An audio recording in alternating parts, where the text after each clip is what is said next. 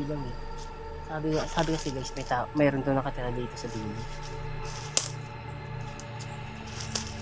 Mapagkamay.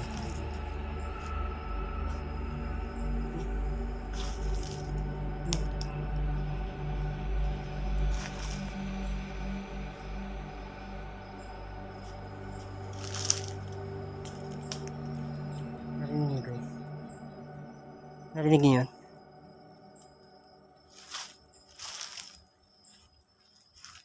Yan. Nagwakalaspas dito eh.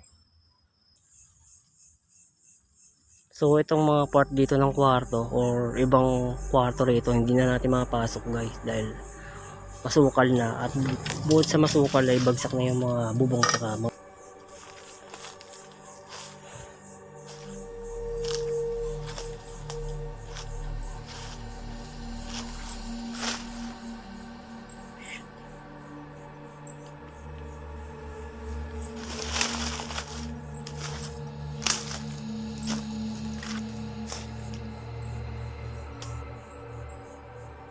mga puno rito guys dahil lalaki.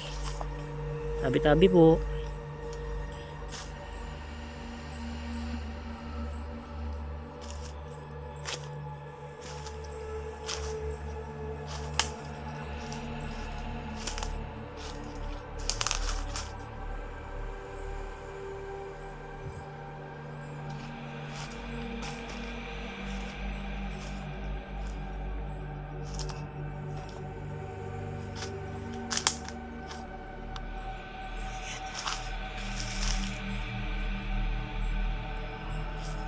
Guys, ito na yung pinakadulo.